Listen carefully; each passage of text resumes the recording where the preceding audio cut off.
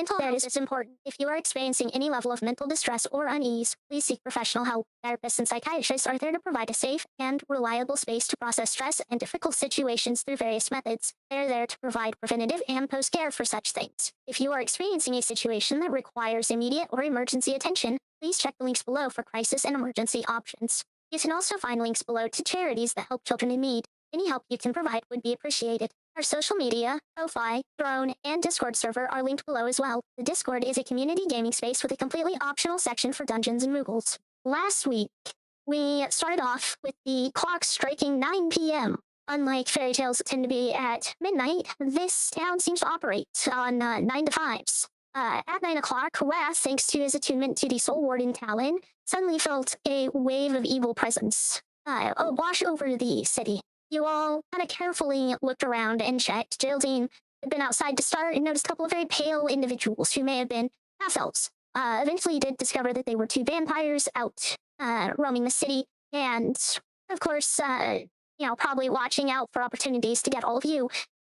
You did go up onto the rooftop, kind of watched them, and eventually kind of approached them to talk. And they didn't seem outwardly hostile when you approached them, but they didn't necessarily seem like they were the best of people either. Now, Twilight eventually decided, after you all went back to trying to have your meeting, and came up with an idea to keep you all safe as you slept. Worrying about talking to the mayor in the morning was your original goal before causing trouble here. Twilight decided she wanted food. She went downstairs, got a cake that almost put her to sleep. She came back up, everyone became aware of this, and Tempest, thanks to previous knowledge, was aware that it is a highly potent sleep agent that had been worked into that cake. Usually it's used for kidnappings more than anything, high profile in particular. Eventually you had your setup, and Pious was going to sleep in a different room with Twilight, since Pious didn't actually need to sleep, but no one wanted to be that close to Twilight inside of a tiny hut. So everyone else was going to be in the tiny hut. She chose to go back downstairs again to get food from the matron of the inn. This time, she took a bite of it while still downstairs and away from everyone and failed her save, passing out. After about 15 minutes, you all, of course, went, "Where is she?" And Tempest and Wrath, you went downstairs searching for her. You found a hidden room inside of the kitchen where the matron, who had been revealed to be a Dustlot at this point, was preparing to, inject eggs into Twilight's body. She had stripped Twilight of her clothing to have the best access to doing so.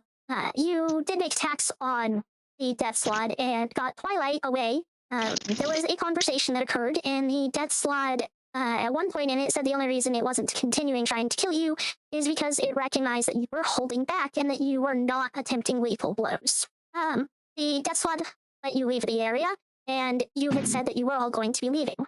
Now, as you were trying to head back upstairs with the unconscious Twilight, one of the vampires who was right outside of the inn decided to use his charm ability to charm Tempest, who began heading towards the door to meet the vampire outside.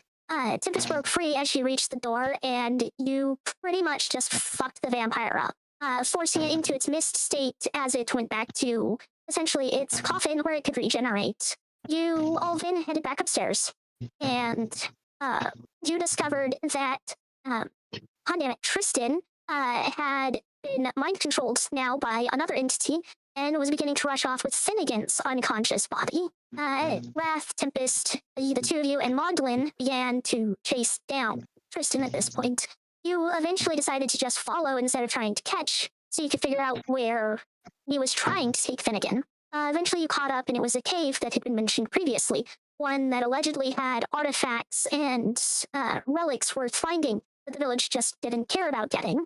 You discovered that the whole point of this was he was being pushed to do this to lure you away from everybody else at the end. Now, during this point, as you were out there and heading back as well, there were more mind control shenanigans as Pious fell victim to one. And as you've now returned to the inn, you have found that it is surrounded by monsters of a few varieties. Geraldine has used her invisibility to sneak in through the third floor at the window that you had all left open previously. And all of you are now standing out there in the front as a Rakshasa has let out a kind of malicious, maniacal laugh, raising Twilight's arm into the air.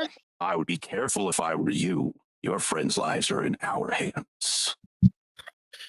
Out of game. You're a greater fool than I took you for. Sorry. I have a question out of game, and I don't know if this is metagaming, but do they know, and forgive me if it is, but do they know that I have that, I guess I want to say either curse/promise that I made to the angels when they have my arm? No, they are not aware of that, and it has no real effect in this moment either. Okay. Anyways, did you have more to say? No, I'm just unconscious, No, that's it. Wrath. You had made the comment about being a fool. Was there any more you had to say? Yeah. So he'll laugh and say, you're a greater fool than I took you for. What makes you think we can't simply kill all of you and recover her, dead or alive, just to bring her back? You really believe we don't have contingencies in place? The villagers survived on killing humans. Being careful. Pick off one at a time. You think you're the first ones who discovered us before we could? Do you think that if you killed all of us after the time you spent, you'd be able to find her before we kill her, dismember her, scatter her pieces across the 9 hells, the 7 heavens, and the material plane? I think if you touch her again, I will follow you to these hells and make sure you never return from them. This is exactly why we can't trust you. You said you were going to leave. Let us be. We can't let you do that. Even if you were to hold up your end of it, to leave us be, to not send others of your kind to us. One way or another, they're going to find out about your stop here. We don't kill you because we want to. It's a matter of survival. You continue with this plan and your survival is guaranteed to not exist past tonight. How many of these humans that you've harvested, that you've killed, that you've protected yourself with have defeated a god in battle? How many of them can become what I can? And he'll raise his young dragon form to its full height, spreading the wings and just flapping them once to send a message of even my wings can buffer you back, much less my claws. Well, let's go ahead and give them a nice little saving throw. Go ahead and roll me anybody in the chat, roll me 4d20. Is someone rolling it? I did. Oh, you meant in the Discord chat? I'm sorry, I rolled it in the thing. I mean, either way, it's fine. What were the rolls? 8, 11, 9, and 16. So the Rakshasa and the few death slots out there in the front, they don't really seem to react. They maintain themselves pretty well. The others that still appear more or less human, you're not quite sure what they are. They have to work to keep themselves upright, and they do stumble kind of back into the wall, with the exception of the 2 that are on top of the roof directly in front of all of you. Mm-hmm. Are we all done here? I'm sorry, but I don't think we're going to be getting any violence or aggression in this matter. You guys are talking a lot, but why go through all this effort to even give us the chance to react? Well, looks like someone's smart enough to realize our goal isn't to kill you all. I have an offer. No need to kill you if we don't have to worry about you going out and about others finding us. Let's be honest. Look at all of you. If you think you're human, you're sadly mistaken. The human world doesn't like monsters. And eventually your veils are going to slip. What would you do if entire nations decided to come after you? What would happen if this human world deemed you unfit to live? Would you be able to live with killing them to protect yourselves? At this point, this is when Tempest will transform into full werewolf form. I don't hide this from anybody. The rogue can come after me if it wants to. We're not worried about that. And let me add to this, with the actions we'll be taking later on. I wouldn't even worry about humans coming here to try to mess with you. They'll be too busy trying to mess with me and the rest of us. My offer is for all of you to stay here amongst us. We'll undo the damage we did to your friend. We'll do our best to make up for the harm as well. I don't see any point in all of you having to go out into that world. This village was started so that we can have a place to be safe. Occasionally, humans roll in and we do what we have to. We have let humans go in the past. Unfortunately, those soldiers that came through a couple weeks ago stuck their noses where they shouldn't have been. Like I said, we don't want to fight. I don't think any of us want to. At least, none of us want to waste effort on a pointless fight. It's a great offer, us staying here and all, but unfortunately, we cannot accept that. We have our own mission, our own goals, and clearing out the troubles along the way. That's part of our mission. I don't think he means staying forever. Maybe not, but at the end of it all, Human, monsters, it's irrelevant. There's good and there's bad. We're not going to live in such a isolated pocket of slums. We're not here to harm any of you. We are just passing through. I just said it's not a matter of whether you can be trusted to keep your word. Eventually, if you go, people will come here. We're already aware that your entire job on this high road is to make it usable. We're not that far off the road. Humans will come back. And the more that pass through, the more likely we are to have to defend ourselves. How about this? All of you go back to your rooms. You spend the night thinking on it, and you give our mayor your decision tomorrow. And until you come up with your decision, we'll keep your friends exactly where we have them, alive, and no more harmed than they already are. How are you feeling about all this, Rob?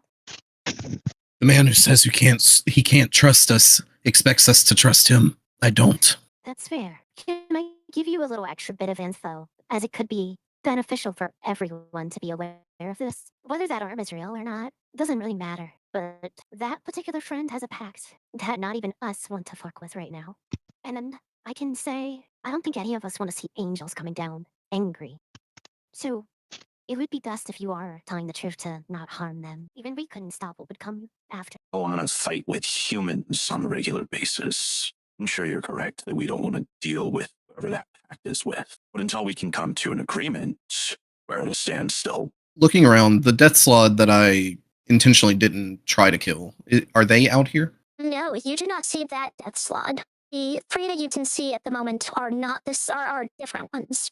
I've already spared 2 of your villagers. Give us the girl, or I take one. And only when she is returned are they. You see, as he kind of raises his arm, not the one holding Twilight's arm, and just 2 fingers, his pointer and middle finger raised up, the others rolled in, as he kind of motions forward with them. And all 3 of the regular looking villagers up there at the front, all of them walk up to you. Go ahead, take your pick. Take all 3 if you want. Oh, I've already decided which one. And he will step over these villagers and put his snout directly in front of the Rakshasa. He doesn't flinch, but you see him just kind of toss Twilight's arm over to that slot that's right there. And while looking you directly in the eye, Fine, if that's the way it's going to be. I can tell that you all have honor. No, you won't harm me as long as you can still get her back. There's a rush of the smell of ozone as Wrath snorts loudly in his face and then reaches one of his dragon claws to pick him up. there is no resistance. He lets you do it as the villagers that had stepped forward kind of move out of the way. If there's no resistance, I'll pick him up and fly upwards and toss him through the window as I fly in and transform back into my normal form. Harry, so you have to go around the side of the building, of course, to get to that window, but he does not resist at all as you do so. Okay. Now, let's go over to the other side. Pious and Twilight, the 2 of you are in a room. Now, Pious, you are under the effects of a suggestion spell. And a suggestion is to keep the death slot protected while the girl remains prisoner. Okay. Twilight, you are just waking up in this room, and you are currently missing your arm. It has been severed cleanly. There was great care put into severing it. The room that the 2 of yourselves find yourselves in is a very sterile-looking room. It's clean brick walls, a hardwood floor.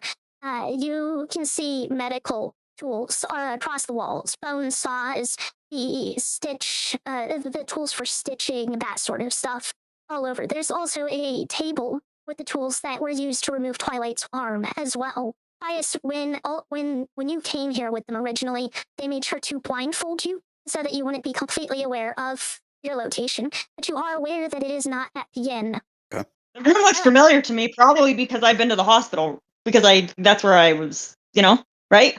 Or the place looks familiar. Yeah, it doesn't look like a room that you were in when you went to the clinic, but it does have that same type of walling and that same type of sterile appearance. Okay. It does look like it's probably a hospital, based on the rooms that you have seen at the hospital. So I'm probably in severe pain, going, what the fuck happened? Surprisingly not. You are doped up on painkillers currently. Oh, sweet. Well, hey, Pious, when we went and we went back to the pit where they had all those body parts. In Pallet Town? Yeah. And remember when I Yeah. took 2 arms? Yeah. She pulled out her No, bag of holding. She's like, this is why. I don't Motherfuckers. I don't remember that. Twilight? No, but Twilight, you have none of your possessions. You don't even have Oh, your clothes shit. currently. Man. But I do have it. I do have it in my inventory. Twilight, Shit. you're naked. Oh, fuck. I am naked. Holy shit. I'm surprised Um, you're in distress about that. I'm doped up, man. I'm having There fun. it is. Why am I not surprised? I don't know. But yeah, well, I guess we go try to locate my shit so I can get my arm back. No, I can't do that right now. Okay, what's your plan then? Well, I'm protecting our friend here. Now, there is... Twilight, as you kind of look around now, as Pious gestures over, there is a Rakshasa and a Death Slot both in this room currently, with the two of you. Repeat that? There's a what? A Rakshasa and a Death Slot. Oh, okay. If you go to the pictures channel, the Rakshasa is the regal cat person, and the Death Slot is the bulky gray monster, not the thin gray monster. I go with the cat. You Kitty, go kitty, with the kitty, cat? kitty. Yeah.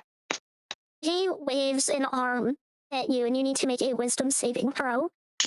Okay. Let's roll. 9. So you still have all your points of lucky, if you want.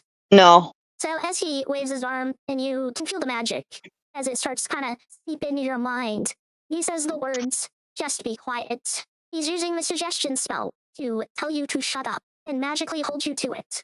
She nods and she's like, shh. Yo. All right, now the two of you are free to do things within this room. They won't stop. They will stop you from leaving, but as long as you aren't causing problems, they will let you do as you please in this room. I want to investigate. Okay, roll an I investigation. want to investigate. I want to investigate like how I lost my arm, or like investigate like any clues on how to locate everything back. Maybe.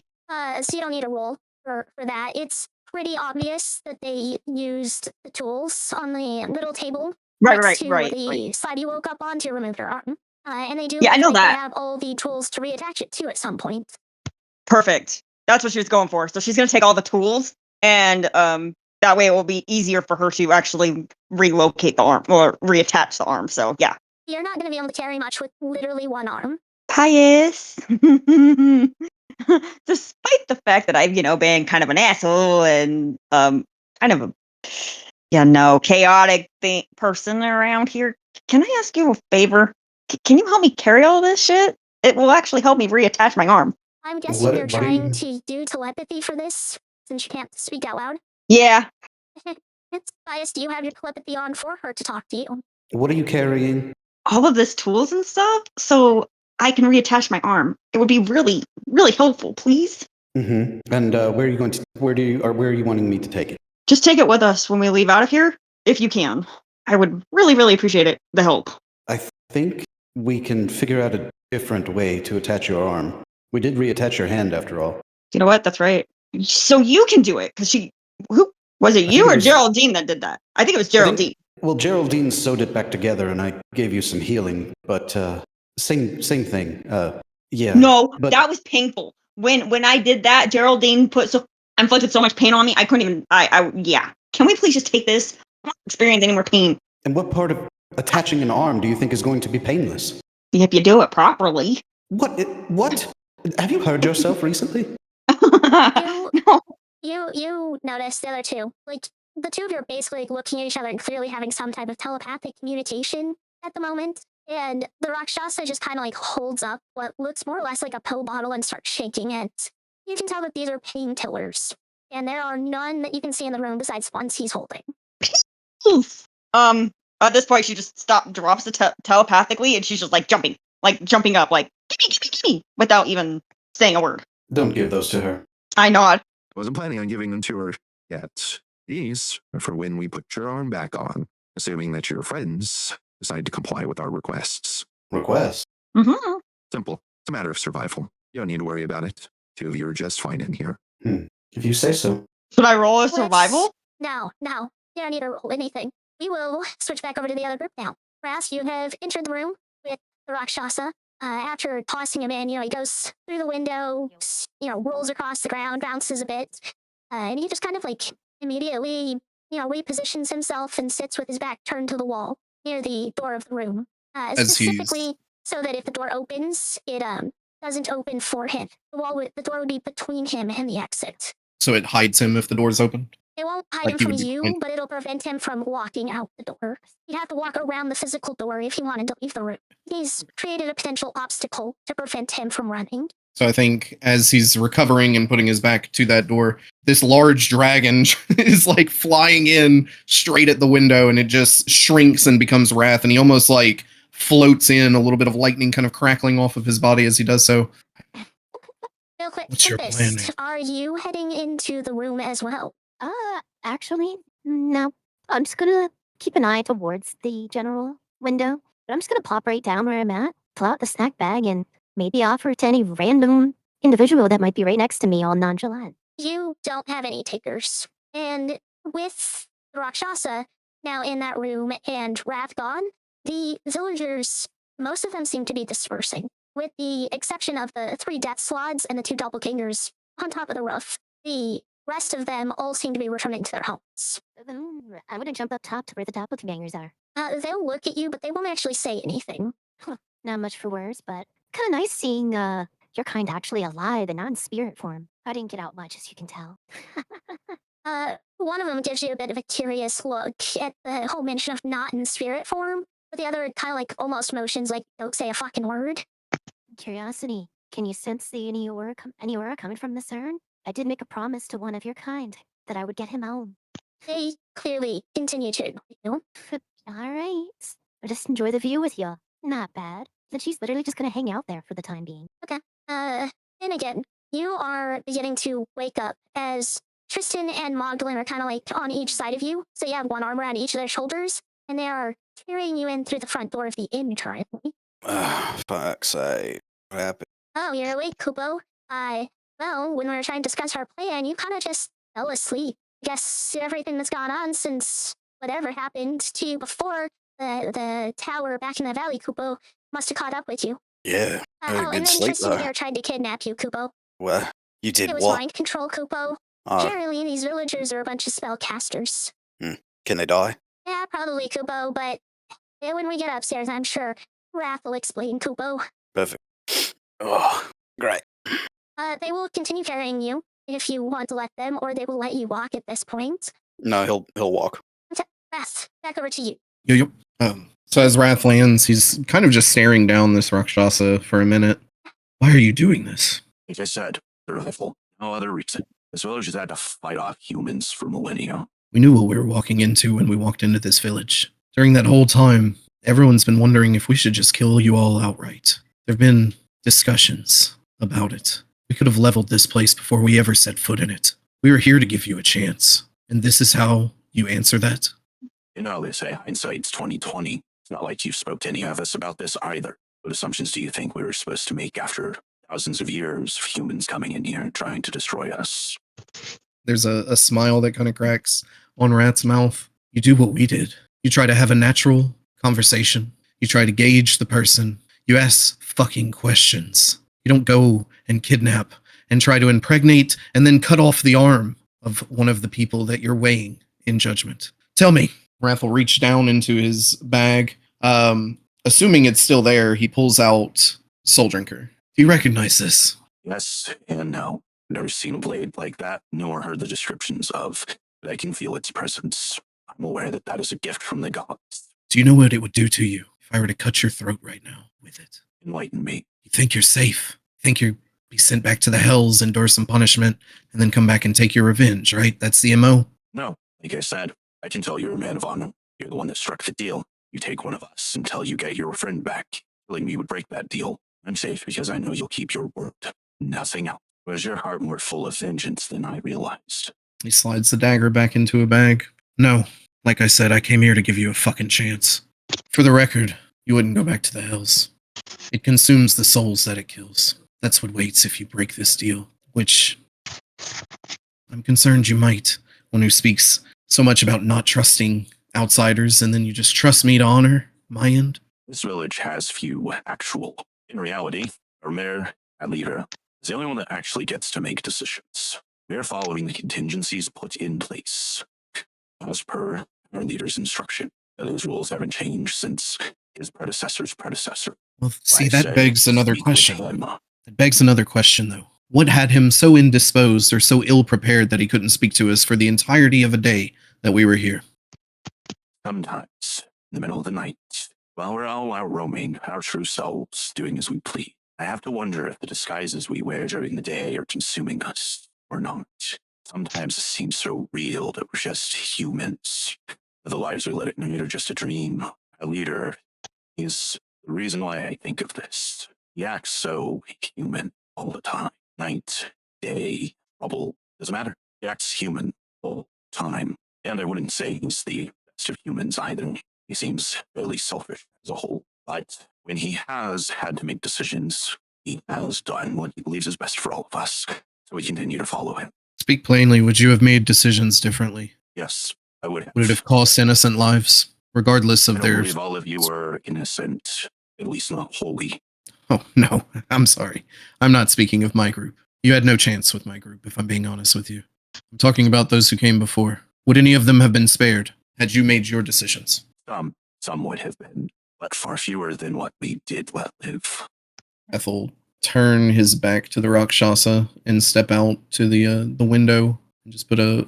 Is it like a half wall below it, or is there like a balcony? Or is it There's like no floor to ceiling? balconies. It's just a So floor to the ceiling window- one. Yeah, the window isn't quite floor to ceiling. There's probably about a foot up to the bottom of the ceiling, so it's probably about like 6-7 feet up to the roof in actuality. And there's a few feet between it and the next window down as well. Okay. Then he'll turn his back to him and just kind of slouch against one side of the window looking out. And it's almost like there's a nervous tick happening because his tail is just constantly writhing on the floor behind him. And he's just going to stay silent. And Finnegan, Tristan, Magdalene kind of come into the room at this point. The door opened wide between them and the Rakshasa. And as they finish coming in, Wrath, you see the Rakshasa close the door and then immediately put his hands back down.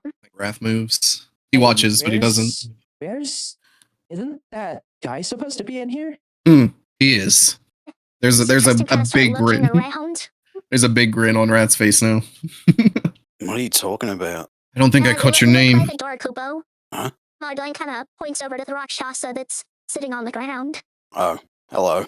Hello, my name? Oh, I'm not quite sure. There's a few names that seem to be floating around in my head. I'm certain that it's not Jeremy, though. It's definitely cunt. I should understand why you would say that. How about you just call me Zoltan? Since you've been kind enough to ask my name, may I ask all of yours? Wrath, storm scale. Magdalene. Tristan. And Magdalene, Tristan, can't say that it's a pleasure to meet you, but perhaps it'll be a worthwhile meeting, at least when everything's said and done.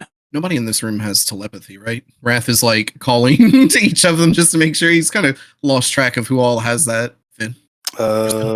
Magdalene. In my head canon he does, but I don't know if he does in this universe. Just checking. Let's roll a percent. Roll a D100. Odds he does, and evens he does not. We'll see if this is one of the abilities that's lingered over. Damn. Oh, even nope, you don't have the telepathy then. Finn just kind No of one in this room throws has his brow telepathy. as Wrath is kind of looking at him like, what? Oh, Wrath hasn't turned. Oh. Yeah, he's just probing out. He has blind sight. He can see you all. That's fair. So, what are we doing with this Zoltan or whatever his fucking name is? Zoltan. Sorry, I had to do it. No, you're good. Zoltan! Um, Did we find the continuous drive functioner? We're guarding him for the night. Anything happens to Twilight or Pious, it's his ass. Great. Well, should I go look for them or? Wrath looks back over at Zoltan. Zoltan. My bad. Sweet dude! His head kind of shifts even further to look at you. I have a feeling if you do, we're going to end up with more appendages to sew back on.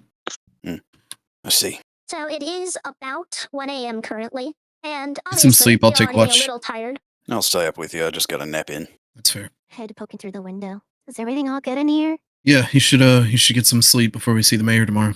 Hmm. Yeah, we're all Fair unicorn enough. farts and fucking peanut butter jellies in here. It's great. Suddenly, I want to go sleep out in the forest. I mean, if For you want sure, to. that's allowed. Ugh, whatever. This town's interesting. Like the vibe.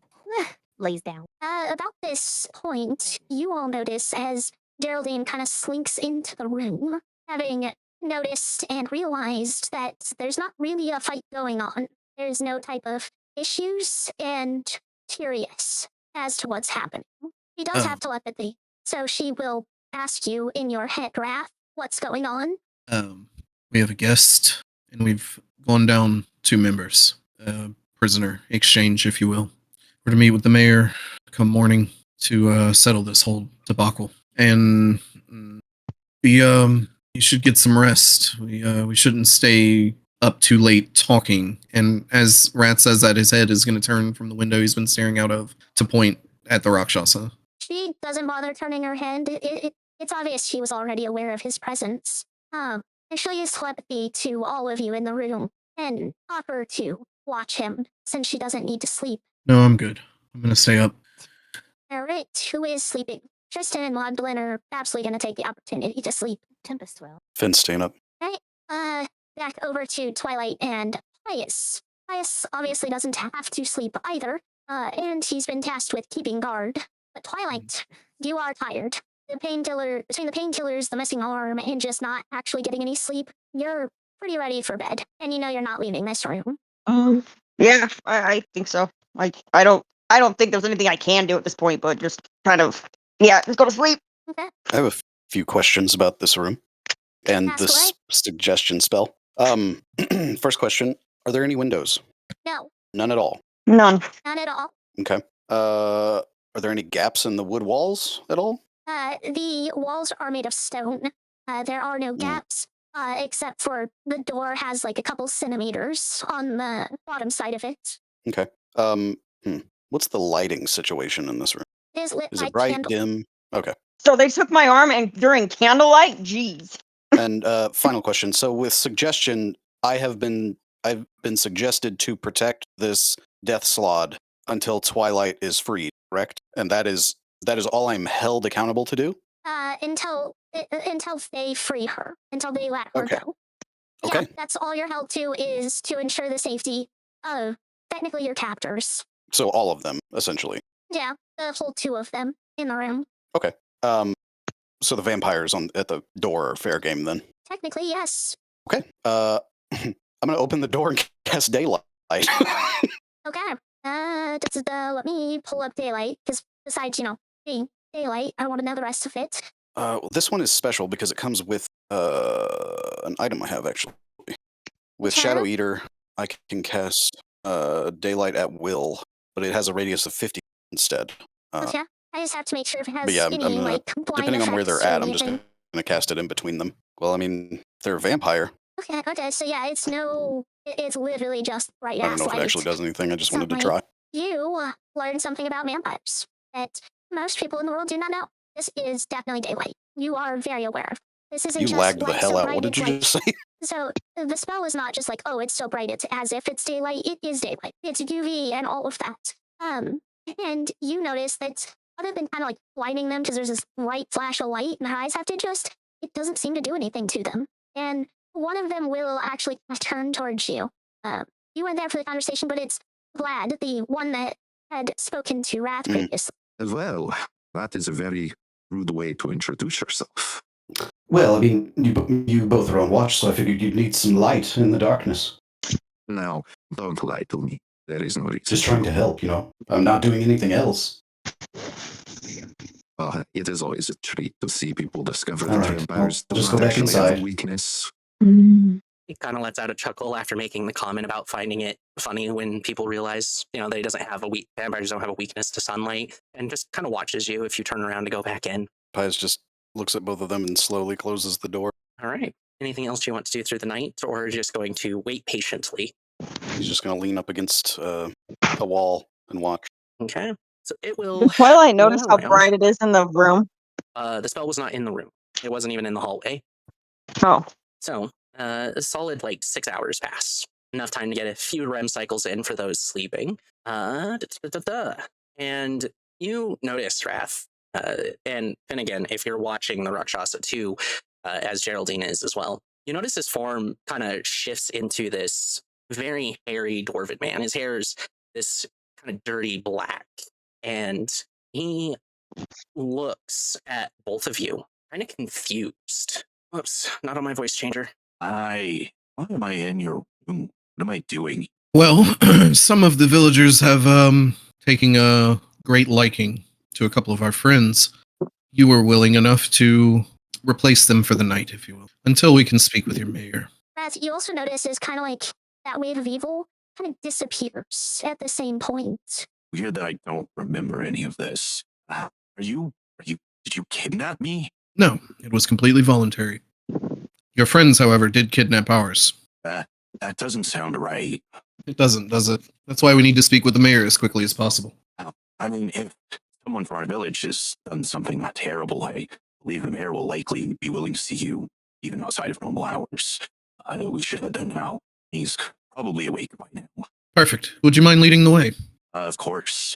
Let me just close the windows, and as Wrath is doing so, he'll shoo out Calm into the air and kind of send a message. Find a building that has a lot of people massed near or around it. Let me know where it is. Or find Twilight. Either way. Or find Twilight. Yeah. He knows what I'm looking for. I'm looking for where they might be holding her or if they're moving her. Yeah. And then I'll turn and start waking people up to follow. Alright. Pious Twilight. Pious. The suggestion spell is wearing off at about this time. You also see as the death squad turns back into the matron, this very old elven woman from the inn, and the Rakshasa seems to turn into Nuri, wearing kind of, you can tell that he's a physician. It's just more fantasy-esque style, everything but the actual plague doctor mask on his face. Oh my. Must have been a long night. Must have been quite the issue with your arm if I'm so tired I forgot about dealing with it. Unfortunate that we had to amputate, though. They'll probably need to be here for a day or two just for us to monitor your health.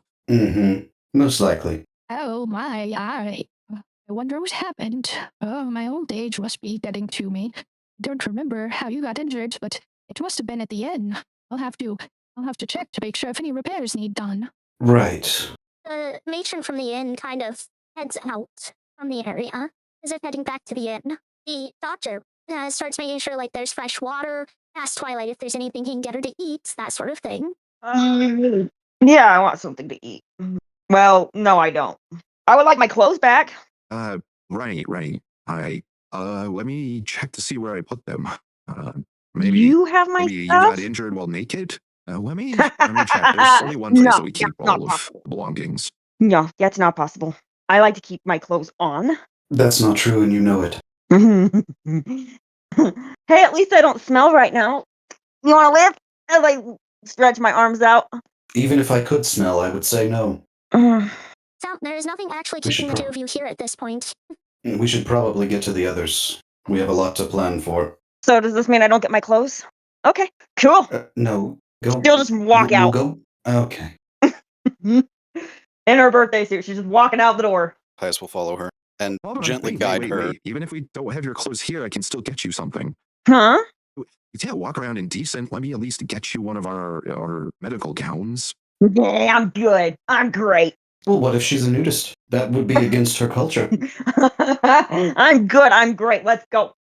You see him contemplating whether that's acceptable or not because it's her culture and weighing it against like the, accommodating people of different types. And he eventually just kind of like shrugs and turns around and lets you leave. Pious will guide Twilight to the inn. Yeah, you don't have to do that. I'm good. I'm great. You don't have to guide me. Well, I just don't want you running off. Hey, I know this like the back of my hand. And I know you like the back of mine. See, I've been in here before. Been where? We're still in the clinic, Oh, right? you've been to the inn. Yes. Yeah. Yes. You So been, huh? So where are we at? We're not in the clinic. We're in the inn. You're leaving the No. clinic right now, heading to the inn. That's what I thought. No. See, there's the reception desk. Doors. But we should go to the others so we can plan for tonight. That's what we're doing. But we got to get through here. But I know the clinic like the back of my hand. Okay, the front door's right there, Twilight. Oh yeah. Okay. Yeah. Let me go So say just- goodbye to the medical staff. Oh, for fuck's sake. You got ghosts! Pious is gonna grab her by the neck and drag her out of the clinic. She just looks at the reception desk and go, you got ghosts! And she just walks out the door. The receptionist kind of like just looks at you bewildered between the lack of clothing and claiming that there are ghosts. So, Wrath, Tempest, or Wrath, who else is going with Wrath? I should ask. Me, I'll go with him. I mean, of the people who were there with him to go with him. Sorry. I thought you were thinking, you Finnegan, said Wrath, Tempest. but I was thinking Pious. Sorry. Anyways, Finnegan, Tempest. Are the two of you going to go with Wrath? Oh yeah. Yeah, take the opportunity to get my bearings on the place, even more so. So, Magdalene and Tristan are going to stay in the room for the moment because there's still a bunch of your possessions in there. They're mostly going to wash all of that, as well as be part of the buddy system. Geraldine's also going to stay with them. As you're kind of heading out there to the east side of the inn, you can see Pious and Twilight starting to head up the road towards all of you. Oh no, they're ghosts. Yay! For fuck's sake, she's fucking naked. Has any of you guys seen my arm? Definitely a ghost for being haunted. What happened to the arm, by the way? One of the other villagers took it. They're not giving I'm it not back sure yet, that Twilight. It would be in the day, though. They're not giving it back yet, Twilight. Has any of you guys seen my shit? That's with the arm. First time we're seeing you. So all No, of no, her no, no. stuff is in the room, except for her clothes, which are in the hidden room behind the kitchen. The rest of her stuff is in the room with Magdalene, Geraldine, and Tristan. I'll announce that. Your clothes are where's back my at the stuff? inn. Everything's back at the inn. Okay. Where are we going? To the mayor's We're house, going but- to the mayor. Yeah. You Sweet, are let's gonna go. go back to the inn. And get dressed at least. Yeah, you should You are probably put dressed. your clothes on for that one. You're dressed. You aren't. It's part of my religion. No, it isn't. That is literally not even what I said to the person. Holy shit. As a trained soldier, I feel obligated to arrest you. Go back to the inn. Will you guys wait for me? Sure. Yes. Okay. Alright, as Twilight heads in through the front door of the inn to go get a set of clothes out of her bag, do you wait for her? All right, come on, let's go. She bought it. Yeah, no. Yeah, seriously, before she gets back. Hey, what now? I do, because it's a new day, send a message to Twilight and say, hey, buddy system, remember, go up and get with Magdalene and Tristan whenever you get there. Okay. Okay. So, as you all start heading off, the Rakshasa, the dwarf that's now leading you, kind of looks at all. Her friend is an odd one. She's missing an arm. Seems to not care. It is completely naked. I'm really starting to doubt that anyone in our village has done anything. I feel more like she may be causing problems, and you're covering for her. Well, then I suppose you should report us to the mayor, yeah? Either way, we're heading to the same place, I think. That's fair enough, and it's, pardon my suspicion, I am very confused at what's going on right now. But you're right. Let's finish heading to the mayor's house and discuss your business with him. He'll make decisions about whatever's going to happen. Perfect. Thank you. So when you get over to the manor, there isn't necessarily a long strip of sidewalk there. It's about 10 feet wide, 20 feet long, leading up to the fence marker. And you can see as the mayor, presumably, is riding a skate sword. It appears to be a great sword with wheels attached to it, allowing it to be used as a skateboard. It is a broad blade, wide enough for his feet to be on. Where is this picture? There it is. Dude. He doesn't necessarily pay you any mind, though, as you approach. In particular, though, it's striking because he's wearing a very well-tailored suit, but it's white with these black splotches, and you can't help but think about why anyone would choose to have a custom suit made and a skate sword all designed to look like a cow print. He's the farmer. Pin's like chuckling. Oh, there's the mayor for you. If you don't have any more need of me, I think I'll head home and start getting myself ready for the day. That's the fucking mayor? Are you shitting me, mate? That's the guy running this That is fucking our town? man. Fuck's sake. What a somebody pinch me. moveless introduction. I'm gonna start cracking cow jokes. Twilight, you were still at the... Twilight, you are still at the inn currently, getting your clothes You mean on. they left me? Yeah. Yes. Of course we did. Yes, they left without you. Jerks. Yeah. I don't know if I'm the right one to strike up this conversation. Didn't you I think any fucking of got us it, are? mate. I got it, mate. Don't worry. I got this. Finn walks up to him. Go, Finn. G'day. Yes, hello. I've heard talk that you're the mayor. Is that right? Yes, I am real man. Finn just kind of stands there and stares at him, and then slowly looks back to the group. His jaw's kind of like open. He does extend a hand out to you when he says this. Right. Sorry, I'm a germaphobe. What's that's your real name? Is real man? Yes, I am real man. I am the mayor. Huh? You're doing great, Finn. No, I'm really not. I'm about to lose it. You notice him kind of like, you know how skateboarders like kick the back of the skateboard to pop it up into their hand? He does this, catching the hilt of the sword part itself, and then drives it down into the ground, blade first. That's quite the thing you've got there. Is that patented? No, skate swords for everybody. Why the wait? What were we coming here to talk to him about? Sorry, my brain just erased itself just speaking of this guy. Your village is full of monsters. We're here to clear out the high road. It's at risk. You've also taken our friend's arm. Oh yeah, that's right. Oh, contingency plan 8. Come inside. There's I'll 8 of be them. right behind you guys. There's 7 other plans? Good lord. There are 17. Oh, sweet heavenly gods. Oh boy. Okay. Yes, inside. Yes, we go. Yes. Oh god, his talking is inside? infectious. Oh god. Oh, I can't breathe. I can't wait to You tell guys, Amelia about this shit. He heads inside, pulling his sword out from the ground, of course, and leads you into the manor. He heads up a grand staircase here in the foyer and hooks a right on the second floor. He will eventually lead you into what looks like a fairly small office space. The room is only about 20 feet by 20 feet wide. He has a series of bookshelves lining one wall and a desk kind of centered but on the opposite wall from the door. He heads inside and then just kind of sits down. Did Calm come right back because we ran into Twilight anyway? Calm is still kind of watching around town, giving you feedback that the villagers all seem to be, in their human forms, whether elves, dwarves, Goliath, etc. And they seem to be heading out to prepare for their days, whether that's setting up the bazaar or beginning field hand work out at the farm. No one's really congregating in specific places, and they seem to be acting as if nothing happened last night. Okay, can I go in last? And as Calm is relaying information to me, I'm going to tell him, come this way. Come scout out this building while we're having this conversation. And I'm going to close the door behind us, and then as quietly as possible, reopen it a crack for him to come back through. Or for him to come through. I have a question real quick out of game. Okay. So, I have all my stuff back at the inn, right? Yes. Okay. Since she has all of her stuff, can she actually just sew the arm back on? The one that she took from the pit? You lack the medical skills to be able to do that. Geraldine offers to reattach your arm for you, though. Okay. Right, that's going to take a hot minute. But as you're doing this whole thing with the door path, without even turning his head, the mayor just speaks. You can leave door open. You have other friends. They can come. Very well. And I'll just leave it open. And I'm going to mention a Calm. Cast invisibility on yourself before you get in here.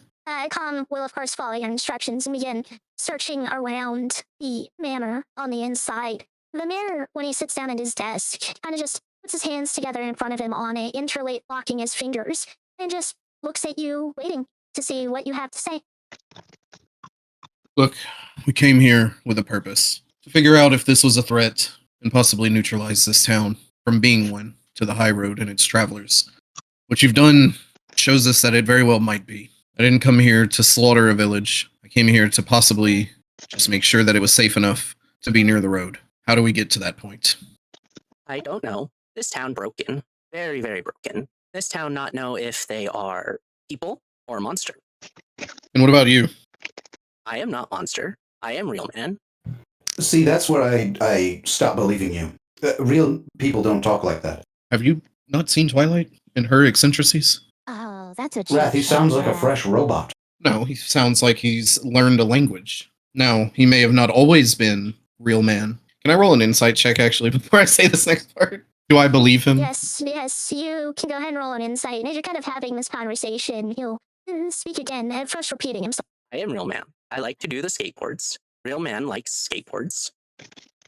Do you speak any other languages? I speak 3 languages. Tell me what you just told me in all 3 of them. As I don't want to, out of game, translate into other languages and then say them in the same broken pattern, you hear him as, of course, he already said it in common, but then he speaks Elven and says it again. And then the 3rd language he goes to, he starts mooing at you.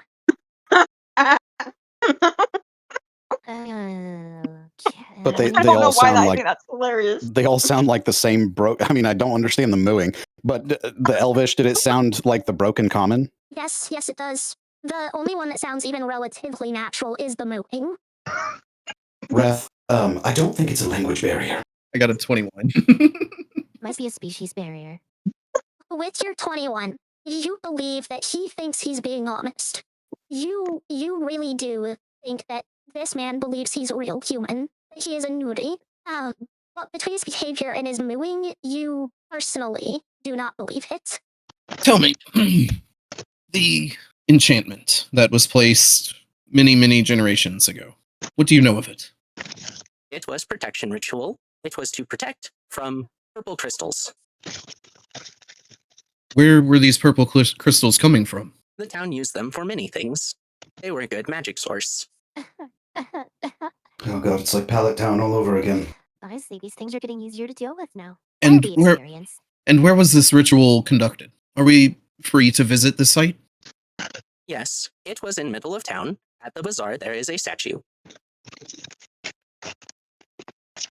Should we ask anything in regards to the cave that Tristan almost ran inside? I think it was just a distraction, but we can. Wouldn't surprise me if there's something in there. The cave is not just a cave. The cave is giant mimic also. Huh? Still want to go see this cave? Kinda. I need details. So that we can get eaten? I didn't know. It's. Have fun. Sorry, just chaotic urges. This place is weird. The mimic is why we do not have animals around here. They try to shelter in the cave and get eaten. Except for you, of course. I am Real Man. Right. I don't think they go in the cave, Pious. No, I know. But he's not. He's a cow. I am not cow. I am Real Man. Do you want to watch me do the skate swords? No. I want to know why you mooed at me, cow man. Because I speak cow. Yes. And tell me of another human besides a druid that can speak cow. Pious. Some of us speak the tongue of devils. I think that's a little worse than speaking cow. It's not about how worse it is. I'm trying to help this cow realize that it's a cow. I don't think it can. I don't think any of them can during the day. At least it wasn't deep speech, okay? So what? The rest of the town turns into monsters and he just turns into a fucking cow at night? Are you saying cows aren't monsters? They have 4 stomachs. No, I want 4 stomachs. That's amazing. What was that voice? Yeah, was that intentional, by the way, Jess? The deepening of the voice? No, it was not. Just making sure. That would have been funny as hell. It's a cow demon. No, Regardless, he'll wait for you to finish talking. But you can tell that he is waiting to speak. He's waiting his turn. I'm sorry. I'm getting out of hand. I apologize. It is okay.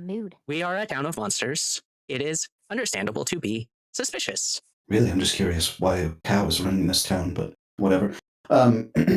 So, okay. So I guess we go visit the ritual site then. Well, there's still more we can ask, if that's okay, Real Man. Does the town still use these crystals? The enchantment was to protect you from them. Did that mean you could continue to use them? No, we sealed crystals away inside of statue. And if we could get rid of them for you, if the enchantment were to not be needed anymore, would they all, go back to being monsters? I do not know. Like I said, this town does not know if it is humans or monsters. At the moment, they are humans during the day, but they are monsters at night. If we get rid of the crystals and enchantment, perhaps this town is actually humans transformed into monsters at night by the crystals. So no one knows what this town was before the enchantment? No. When the protection ritual was cast, it was supposed to remove the crystals and its influence, but it could not be removed from everybody, so it split them into 2 parts. This has been very helpful, thank you. Does anyone have any other questions? Yeah, I'm good. I cannot talk to this guy's here. Yeah, I don't know what else to ask. And Finnegan's been snickering in the corner for the entire time, so I don't think has anything to say either. Oh, Santa's definitely in a mood. Let's get out of here before I lose my mind. Finn stops laughing and just stares at you. What? One, Do something. No, I'm just going to tell you that was a terrible pun. Fucking hate puns. Wow, you're gonna hate me then. No, I don't hate you. I just hate puns. Oh, as they're okay. having this conversation and beginning to leave, Wrath is going to turn. One more question. I'm sorry. Is there any written knowledge on what that enchantment entailed? Any formulas, journal maybe of the mayor at the time, documents of any sort? It was research sent to us from human military camp. The mayor at the time destroyed it because he did not want people to know about it and break the enchantment on accident. I have one request, though. If you leave the village, please be sure that other humans do not come this way. That's the plan. If we can't fix this, we'll make sure that you're not bothered. If you can promise me that you won't go about bothering people outside of it. We do our best to keep separate. Wrath will nod and then turn and follow the group. I have a question out of game. Well, it's kind of in game, but even though I'm not there, you said that the military camp had a lot of information, but did you also say there was a mayor there, Jess? The other mayor? No. The mayor from the past cast the ritual using information from a human military compound. Okay. I was like, wait. Okay. Sorry. I needed that clarification. As I catch up with the group, I'm going to walk up next to Tempest. Well, I think we have one more tick towards our reasons for hating the Kindhursts at this point. Oh, absolutely. Nothing but absolute fuck-ups. Do you think they intended for us to wipe this village off the map? Well, disregarding me in the equation since I wasn't actually supposed to be part of this main group, I'm sure they hoped that you would ignorantly just wipe it all out without thought. I think so too. We should do everything to avoid that. This is, without a doubt, the village of monsters. And something he said along the lines of people splitting really adds to the general thought process here. How they switch between monster and human. The one that you spoke to, how long ago was he here? Was it before or after the enchantment, you think? From the information that you all gathered, it was a little over 200 years ago when that doppelganger had gone to the military complex. He'd been there for probably a couple of years before getting lost in his own mind. And to the best of your knowledge, he never managed to send any of this research back to the town. The town had already started to kind of not know if they were human or monster, according to his writings. I think we're starting to see how everything's tying together. Maybe, but it doesn't explain why he wasn't affected, or if leaving the village removes the enchantment from these people. And if that's the case, he was a monster. This is indeed a town of monsters, then. I mean, his soul was that of a monster. Ultimately, it's what's on the inside. We know the truth at this point, but how do we fix it? Well, we go take a look at the statue for starters. Try and determine something from that, I suppose. Let's try to do what we can before everyone flips on us again and becomes hardasses. Oh, for sure. As you all are kind of heading out from the manor, and Wrath, you hang back, you asked your question. Tom ends up just coming back and meeting up with you. He definitely hasn't had enough time to actually investigate the entire place, but what he is coming to tell you took enough precedence in his head to make it an immediate thing. As you get very direct images from him of a room. Can I make sure we're outside of the manor? Like, hold him off on telling me until we're outside of the manor where I can close the door behind us? Yeah, absolutely. When you get the image of this room, it is kind of similar to the mayor in Palace, to that manor, the Governor Oak's manor. Inside the room is a variety of, expensive things, collectibles, things that you might expect a rich person to collect, and especially over generations, it makes sense to see a lot of them. You see various stone tablets with ancient writing carved into them. You see a handful of magic items. But what really sticks out that he is showing you this is that in one of the cases is a dragon mask. It is the white dragon mask, the radiant mask. In the cases to the left and right of it, you see what appears to be almost like a form of Ankh. It's not an actual Egyptian Ankh, but it's very similar, and it's glowing with magical power. And on the other side is a staff, fairly plain in description overall, except it seems to be almost ethereal, not completely tangible. That will pause him as he's going to catch up with the others. And he'll thank Calm and pat him on his little dragon head as he runs to catch up. They're hiding at least one artifact in that room up there. There's a couple of other things that are resonating with pretty powerful magics as well, it seems. Huh. Sorry. Where in the manor was it? It is in a room on the first floor. It would be on the south wall. It's to the left as you enter from the east side. Is it against that south wall, or is it like further inside It's the not manor?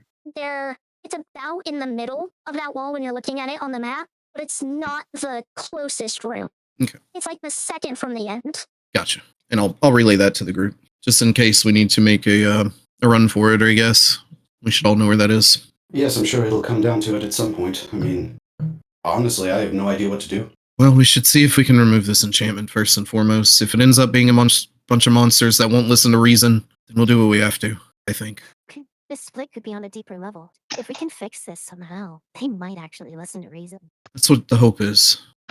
Well, clock's ticking. Well, also, what a twist it would be if half of them were real people and half of them were monsters. Well, then they better learn to coexist, or someone's gonna have to get out. This place Yeah. has been here long enough. I bet they already learned to coexist before something tampered with it. No, that wave seemed to happen all at once. I felt it this morning when the evil disappeared from this place. I'm not sure any have experienced another in this town without this affliction, without being on the same cycle, at least besides the mayor, of course. Twilight, you, Tristan, Geraldine, and Magdalene are, of course, in the room back at the inn.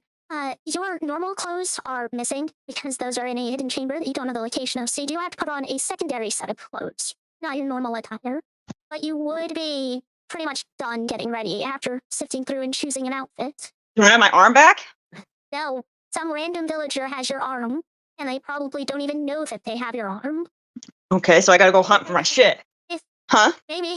I mean, if you really want to start breaking into people's houses to search for it, you can, but it's probably going to result in some problems. Okay, so I'm getting dressed. Took me quite some time. This is kind of me recapping the situation. Now I'm going back to the group? Yep. And Okay. they're supposed to be towards the manor. So, everyone, you're heading towards the center of town. The question is, do you take that first path south or the second one? First pass. Everyone else, as you're leaving the manor, which one do you take? The first one, right? That's the most direct. And both of them will pretty much get you there in about the same amount of time. On The main reason it matters is that if you guys take the one closer to you, the first for all of you leaving, that's going to be the east path. Well, Twilight has said she's taking the other. You will miss each other. I mean, it is the most direct. You give us that option? I feel like we have to flip a coin now, to be honest. No, there was reasoning behind why you each took it, so no coin. It's like a So, fucking Twilight, you Scooby get Doo over to the episode. manor. Well, you get over to the Okay. manor, and you don't see anybody, but the gate is currently unlocked, so you're able to head in there. And last you knew, they were in the manor. So are you gonna head inside and try to meet up with them? Hey, What was that? I'm going to head inside. All right. So you just open the door and walk inside. You have no idea where you're going. There's 3 floors, and the staircase in the foyer can take you up to the 2nd or 3rd floor. So basically, there's 1st floor left, 1st floor right, 2nd floor left, 2nd floor right, 3rd floor left, 3rd floor right. You have 6 choices. Second floor right. No, left. Second floor left. 2nd floor left. Okay. We will come back to you. As she's getting up there, the rest of you would get down to the bazaar. Pious, you and Finnegan hadn't noticed the statue previously, but you are a little confused about how you didn't. It's not a giant statue, but it is kind of right here in the center, next to where I placed all of you. It's about 4 feet tall. It has the pedestal it's on is only about 6 inches up off the ground, but you can tell that it's planted into the ground, and it's made out of a type of stone you don't recognize. Well, that's interesting. I don't You remember should this being see- here last time. What do you mean? Like, it just wasn't here at all, or you just don't remember? I don't remember seeing it. No, I don't either. We walked through here. We should have seen something like this. The picture I sent you all, without color, of course, it's like this almost bluish black colored material, but that is the shape of the statue. And yes, there are no supports on the side. It's just that singular center support that's holding it up. Interesting. Wait, correct me if I'm wrong, but when we were watching from the rooftop, there was nothing here, and one of the vampires did station here, didn't? Nearby. I don't remember if it was this exact spot. One of them did position themselves on that crate to the south, in between the 2 points. I will move a guy onto it real quick. But That is yeah. where he was sitting and waiting. And right here is where the statue is. So one of the vampires did position himself just feet away. Nearby. Or she. That is quite a coincidence. Do I recognize this dragon from any lore? No, not from lore, but you do recognize this dragon. All of you could recognize this dragon except Finnegan. This is the dragon that appeared to all of you when you made your wish on the wish orbs. Okay, that's what I thought. Yes, this is a statue of Ryushin. We'll look to the group, and if it doesn't look like anybody's taking any immediate action, his hand comes up slowly, and he kind of tilts his head a little bit, and you can see like bits of electricity or just blue light coming out from underneath the mask. And I'm going to use my once per long rest 6th level spell slot to cast Legend Lore on this statue. I was wondering how far into this campaign we were going to get before someone finally cast Legend Lore on something. So, besides getting a lengthy rundown about the deity Ryushin, because that's very important to the statue's design, why it was made, you discover that the statue was explicitly made for the purpose of sealing away the torment fragments that the village had. That they worked the stone around the fragments, and then through a process very similar to the one the doppelganger had used on the boxes back in the military camp, they etched the runes onto the inside of the stone, immediately against the torment fragments that line the entire body, before essentially reworking the stone to be a singular solid piece on the outside. Spectacular craftsmanship. The key to it all is on the inside. It's cylindrical. Down below, I think. All right, let's break this bad boy open then. Wait, this is a monument to a god. You can't just destroy it. Define destroy.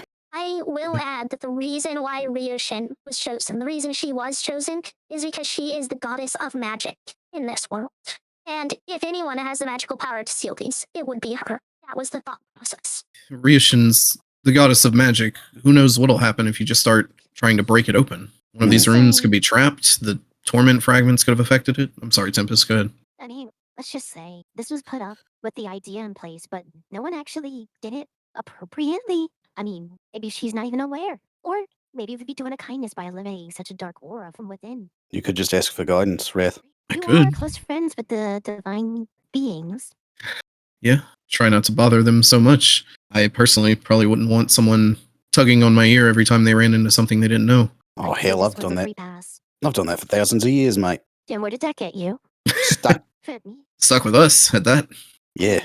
And let's start poking at things. I feel like it's necessary. It's worth a shot, I guess.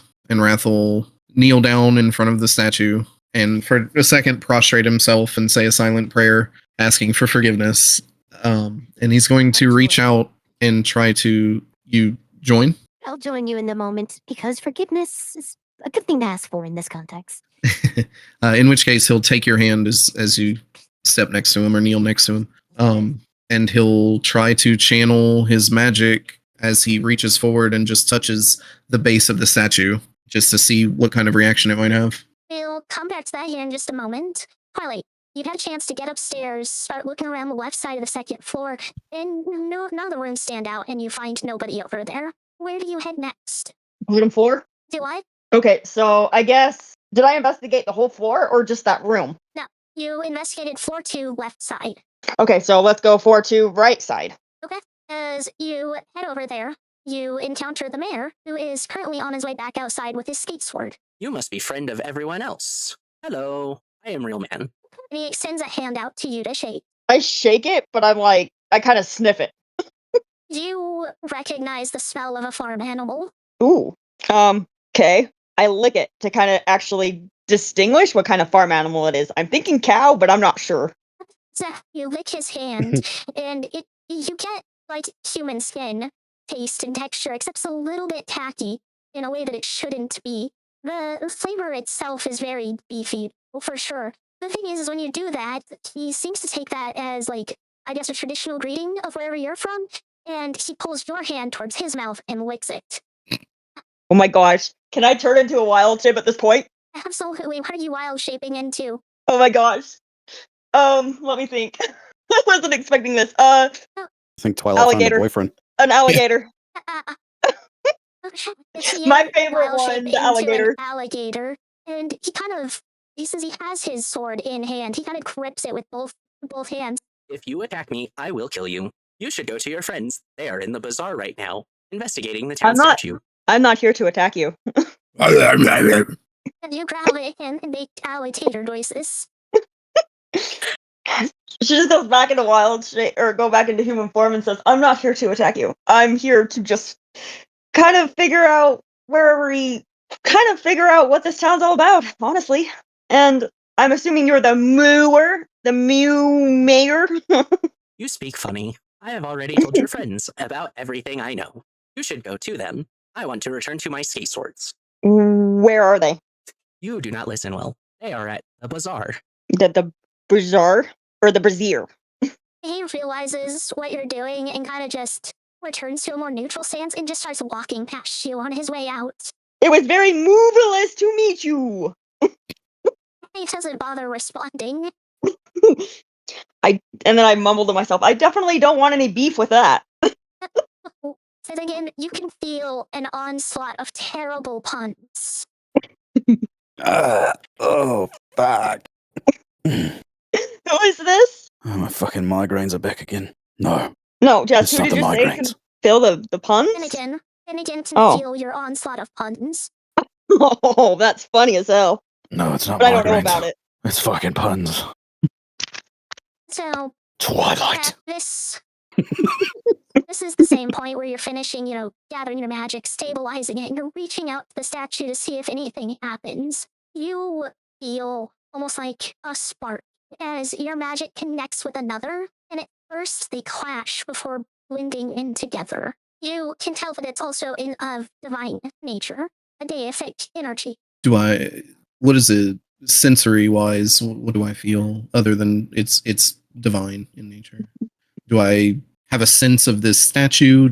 Can I tell what kind of magic is infused here, or maybe what the runes do? The magic you feel, you can tell it's not the magic of the runes or the mortal magic that's sealing the fragments away. And you've got to feel enough for divine energies to realize, like, if it's Risha's energy, it feels like wind. If it's Dickens, it feels like fire. The energy feels like whatever their primary domain is. And this just feels like pure, raw, divine magic. Feel it. I can feel Rish in here. We should figure out another way.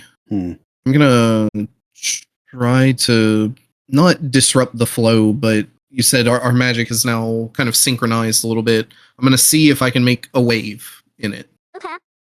Go ahead and roll an Arcana. It's only a DC 11. Considering I was joining Wrath, am I having to do anything at the moment or just be here? No. Now you're just here. It's a 21. 21. Yeah, you are capable of kind of manipulating the energy, and you kind of push out this wave, and you notice like the loose rocks and things around it seem affected by this wave of magic, but the statue itself doesn't budge. It doesn't shake in the slightest. I think I might be able to get it out. Help me. And I'm going to squeeze Tempest's hand and try and draw on her power as well, as I'm going to try to manipulate the magics that are there, because I don't know the spell to do this. But I'm going to try to just use the magics that are there to separate the mortal from the divine here and raise the divine up, leaving the mortal down. Does that make any sense? Yeah. Yeah. You're trying to separate the two, and I think I understand. Go ahead and both of you roll an Arcana for me, Tempest and Wrath. That's a number I don't know off the top of my head. 23 for me. 23. Whew, no wonder I forgot it. Yeah, it's not exactly your shtick. At a +1, I'm amazed I'm above a 10. Hey. But you do get an 18 and a half, so a 19 for the average roll. And Wrath, you're able to kind of start lifting that magic up. What is your intent? What is your goal? What do you want to happen beyond just separating the two?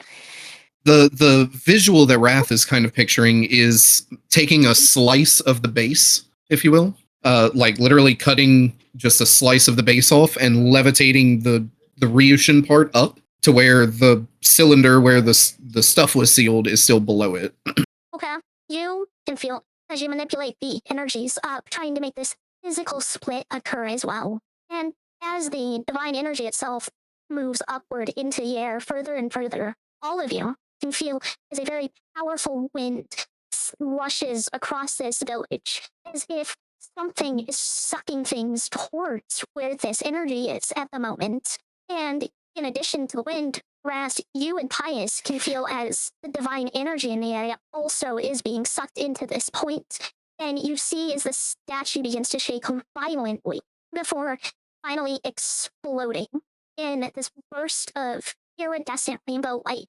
And then the entire area is covered in a thick shadow as Ryushin appears above you, and the torment fragments are just laying on the ground, the statue completely destroyed.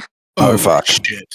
Wrath is prostrate at this point. Is that supposed to happen? What was going to happen?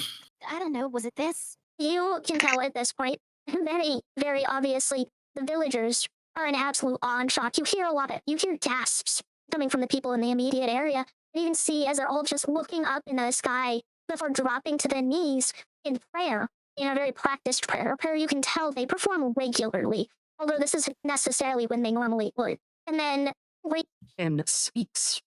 You have broken the seal. What do you plan to do next? I plan to remove the torment from these people and instead replace it with hope. How do you plan to do it? Looks at the group.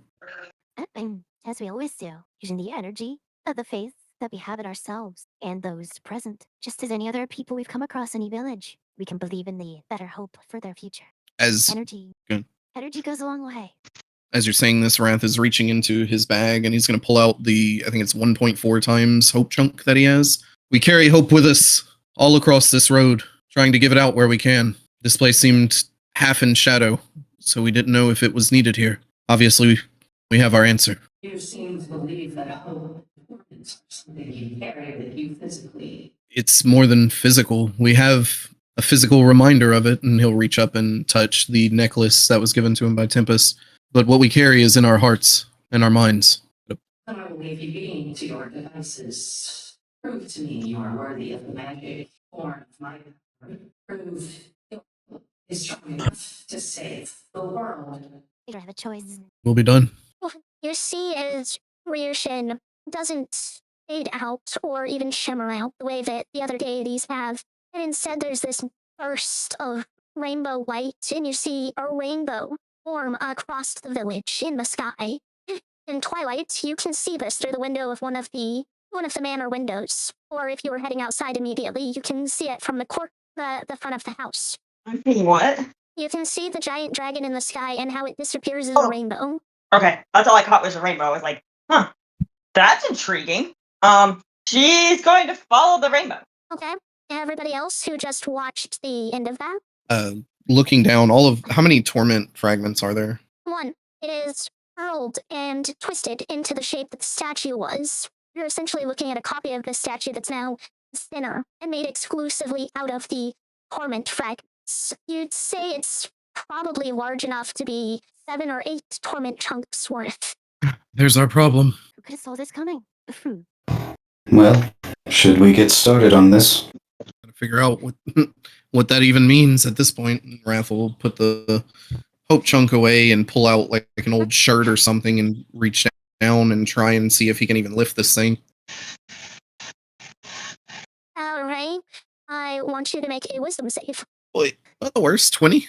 The 20, that barely passes, as you can feel the power of this bleeding through the cloth you're holding. It's exceptionally more powerful than a simple fragment, and you know with absolute certainty at this point that the stronger it is, the thicker the barrier you would need between you and it. As you lift it, you realize, because this is the first time you've really picked up anything bigger than like the chunk, which is only about 5 regular fragments, they all seem to weigh about the same weight. You probably could have lifted that monolith under the water if it weighed this amount as well. Jesus, okay. Well, that's a little bit of research done. This is not helping, by the way, gesturing to the cloth in his hand. What do we do with it? You're gonna need every single one of us for this one. No half-assing. I don't know if even we're enough, but yeah, absolutely. Maybe as simple everyday travelers it wouldn't have been enough, but at this point, we have untouched potential within ourselves. We could draw on that energy. Eventually we'll master it, but it could be just enough. We need to plan this out well. Wrath looks over to the nearest, villager. Are they still in awe currently? They all seem to be zoned out, as if there's no thought behind their eyes, just glossed over and dead. They are all still standing and breathing, but they seem to be almost lifeless, devoid of any type of intellect. That's concerning. Let's get back to the mayor's house, yeah? See what he looks like? I have a feeling he's going to be very. I don't know. I can't think of anything. Oh, thank God. Should I bring some grass with Jesus. Winnie wanting a snack? So, Yeah. Twilight, Right. you will encounter everyone as they start heading up to the mayor's house. Oh, there you are. You finally made it. She's just gonna fuck with them, like, kind of like, something really happened to her, like, super bad. She just doesn't even acknowledge them. Pretends to Go ahead and roll acknowledge them. deception. Oh, my deception. Oh, okay. Oh. You have a +2. I think it's a plus. Okay. Or +4, my bad. +4, yeah. 1, 20, 4. I want to re-roll on that. Alright, spend a point of lucky on it. You want to spend a second lucky point? I guess. I really want to fuck with these guys. They're your resources. There we go. Okay, I do not have that pulled up. What the heck? I didn't have my passives pulled up for all of you. Let's see, insight. See, Pious has at least a 20. Yeah, Pious, you can see through this. You can see it's a fake. Everyone else, given how well you know Twilight, you're not completely sure whether she's faking or not, but you have a suspicion she might be. Hey, you good? She just kind of like mimics it.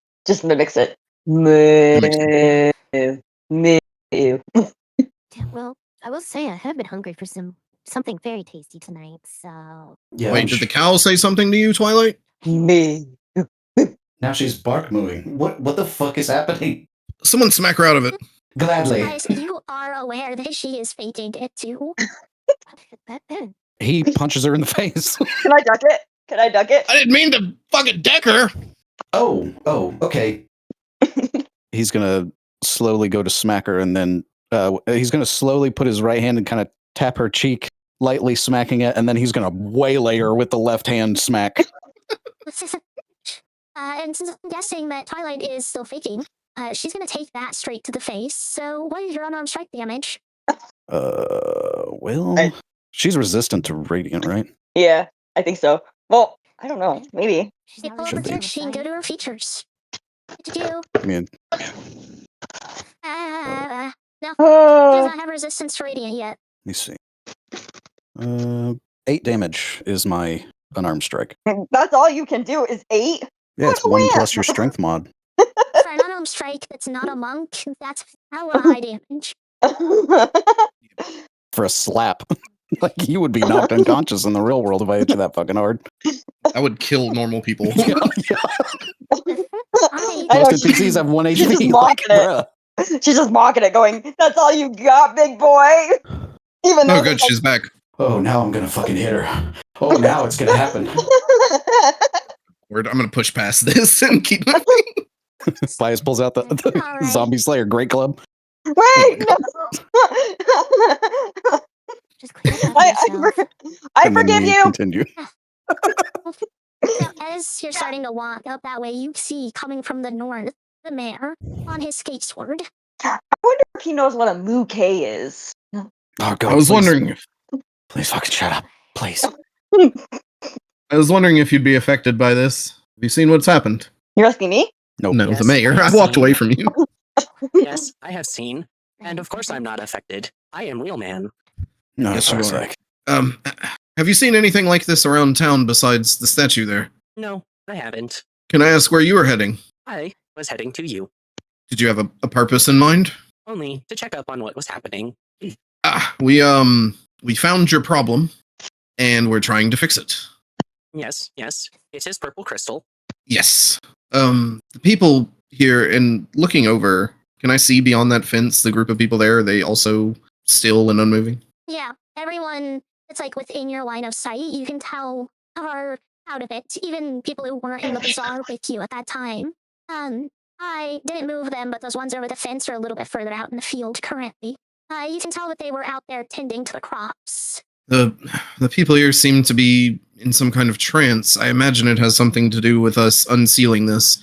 Tell me, knowing these people both day and night, what do you think they would choose to be? They would choose to be safe. Fair enough. Well, we were looking for a place that we might set this down and have a little space to work with it. Do you know of anywhere? How about the Let's moon roll motif? roll another wisdom save. You've been holding it for a while now. As he responds, 18? that does not pass this time. I use a legendary resistance. Absolutely, it is a madness save. I will do so, bringing me down to 2 left today. Or no, 1 left. Or 3 left. Sorry, it's a new dawn. It resets at dawn. Yes, it is a new dawn. As you feel it start to take over, you feel Tiamat's presence in your mind again, almost like slapping you across the face to like get you to focus on something else. You, he'll mentally say. Anywhere should be good, but I do have a large dining area at my manor. That You should sounds be quick, like though.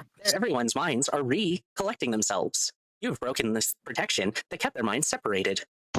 good point. Let's go. Way to go, Bonjo. As I will start rushing to the mayor's house. to do, everyone, I'm assuming, rushes to follow. He Oh, yeah. leads you. He leads you, of course, on his skate sword to get as much speed as he can. As he goes through the already open gate and then in through the front door, and kicking the skate sword up into his hand as he reaches the threshold of the building. On And he the leads way- you to the right side of the first floor. On the way, can I send a message to Geraldine and say, quick, gather everyone and everything and meet us at the mayor's house as quickly as possible?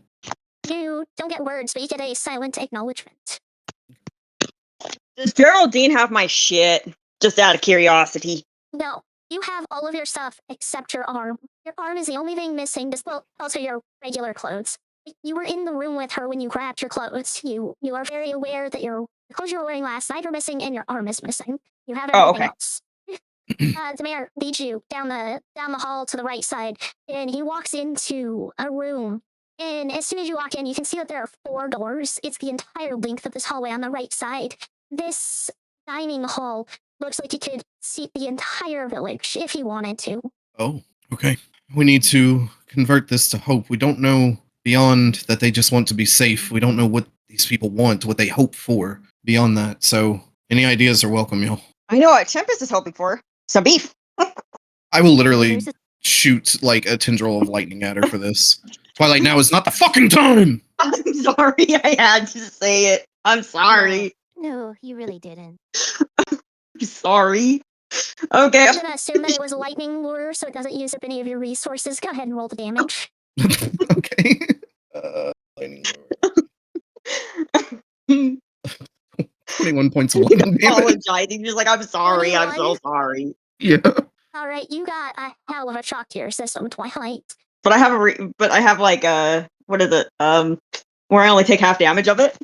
Yeah, you can do that. You could cast Absorb Elements if you want to use a spell. Actually, Yeah. is that a reaction? Yes, it is. You can't take reactions after I hit you with a lightning spell or lightning damage. Oh, that one's the GM ruling is like, what order does it actually happen in? Like, is it because you're reacting to it beforehand to reduce the damage? Is that how the reaction plays in, or does it play the other way? That's fair. I'm gonna rule that the reaction comes after, just because aggressor wins ties. That's why I try to hold to aggressor wins ties on all things. So yeah, Twilight, you actually can't use that reaction. Yeah, that's fine. I'll take the hit. I deserve it. I deserve it. It's actually better that you don't use the spell slot so that you save it, because I ignore resistance to lightning anyway. That's fine. I'll take the hit. Okay. What a shocking experience. Focus, everyone. Is there anyone we saw that gave us some kind of hope that they had here? I'm sorry, is your name separate, or should I say the whole thing together? My first name is Iam. My last name is Realman. I am then. Do you know any of the hopes these people have beyond just being safe? Whether that be in the day or the night, whichever mind might inhabit it. He seems to take a long pause, thinking on the entire town, and then seems to decide that answering you with words won't be enough. And you have the ability to resist this if you choose to, as he puts a hand on your forehead. I allow it. You see flashes. You can tell he's doing the telepathy thing, similar to how Calm communicates with you typically. As you see the blacksmith in his forge, considering how to make a weapon that's more durable and stronger, even without the use of magic and enchantments. You see the enchanter trying to come up with new things that could benefit everybody, whether it's an enchantment just put on clothes for daily wear, something beyond just clothes that automatically mend themselves or clean themselves. You see the doctors at the clinic trying to review anatomy of different races and how to be able to handle different viral diseases and researching cures for things. You see the matron of the inn longingly looking at a portrait that's hung in the entrance in the lobby of her when she was a small child with her parents. You see all of these from this perspective of the human side, but then you see the same scenes from the other side, from the monster side. And you realize that whether it's the day or the night, they all seem to have a very similar longing on both sides, because at their core, these are the things that they truly want, regardless of race or species. Thank you. I'm calm, if you will. And he'll hold out a hand. Calm steps up and kind of lifts his nose into the air, and he's going to connect to the minds of everyone at the table and share this with everyone if they allow his mind to connect. Wow. So they do have hope. Everyone has hope. Just might be misplaced sometimes. Doesn't matter who you are. If you're still pushing yourself to live each day, there's hope. Geraldine, Magdalene, and Tristan all entered the room just in time to get the same telepathic vision of everything. And you hear them as they enter, just because Tristan's not overly stealthy. He makes a lot of noise. So that's what we focus on. We give them the chance at a future, a safe one that they can all share together and provide for each other.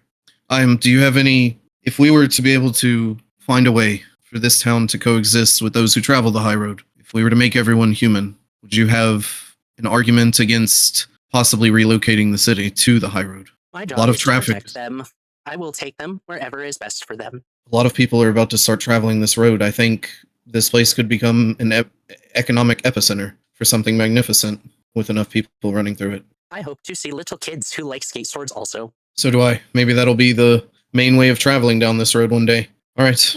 Does anyone have any objections to trying to use these people's hope to change this thing? Not at all. The result No. will be what is most desired here. Let's do it. Could you gather the town here? No, they are currently indisposed in their minds. Then we'll have to do it for them. We carry the weight of this entire village on our shoulders. If anyone has any objection to what we're about to do, you should say so now. Hey, Tristan, make sure you're ready for this. Learn that it's not all about adventures and fighting. Just remember, you're taking on someone else's burden. We didn't create this torment. That doesn't mean it can't torment us. You have to focus on what pulls you through those times, the hopes you have for the future. He Rathel. nods, and you all feel as his aura, that has been kind of like off and muted, spreads out across all of you. And you can feel his power emboldening you. Above table, it's the resilience aura. You add his constitution modifier to your saving throws. Excellent. But with that, Wrath will reach out a hand to his left to take Tempest and to his right to take Iam's, if Iam will join us. He recognizes it and reaches out to take your hand. May I join this? We're all in this together. Yeah, let's do this. Can I actually hold a to ensure that this works? Well, to kind of not ensure, but I want to hold a hope fragment to kind of push it along.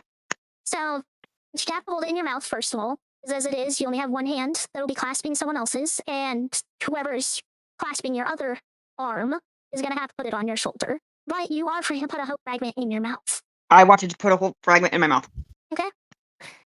Noticing that, I will place the hope chunk on the table between me and the torment thing, and I'm also, my chin is down to where it's touching the necklace from Tempest. Okay. I got my skull pulled all the way down.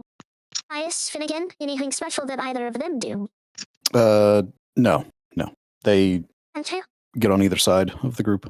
All right. You do notice a small amount of hesitation from Geraldine. In particular, after what's happened every time she's been a part of trying to do this hope stuff, where it doesn't seem to quite work for her in the way it does for everybody else. But she ultimately does get into the circle. Twilight, she's the one that has her hand on your shoulder where the arm was removed. What was the end of that? So, Geraldine puts her hand on Twilight's shoulder, the one that was removed. Oh, gotcha. So, we're going to go around the table, and I want each of you, each character, to describe in as much detail what they're envisioning. Since Wrath is leading this, we will start with Wrath. To start with, probably the whole group can feel it as he's trying to emit his magic through the group to try and pull everyone together on a different level as well. But I'm going to expend all my spell slots because I would like to try to invoke the magical currents I felt from Ryushin to possibly add to this hope of moving the entire village